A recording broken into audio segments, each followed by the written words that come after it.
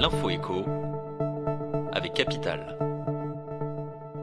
L'info pratique du jour vous concerne, quel que soit votre âge.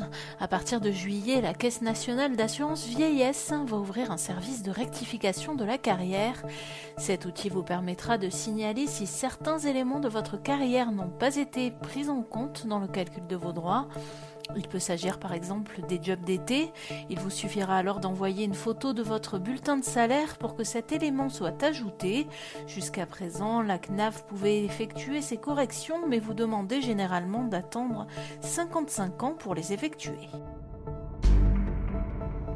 Le chiffre du jour, 1 550 €, c'est le montant de l'augmentation du crédit d'équipement téléphonique et informatique des députés qui a été revalorisé de 10% en septembre 2020.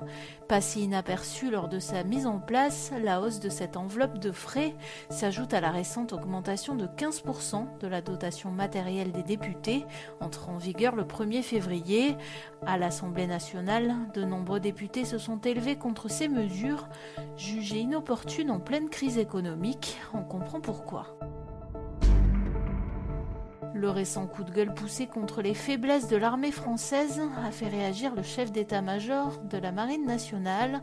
Faible stock de munitions, fragilité des effectifs. Un récent rapport publié par l'Institut Montaigne pointait les manquements de notre armée face aux enjeux du XXIe siècle.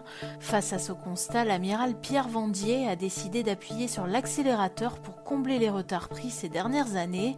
Pour ce faire, des moyens supplémentaires sont nécessaires, comme le relate Capital sur son site.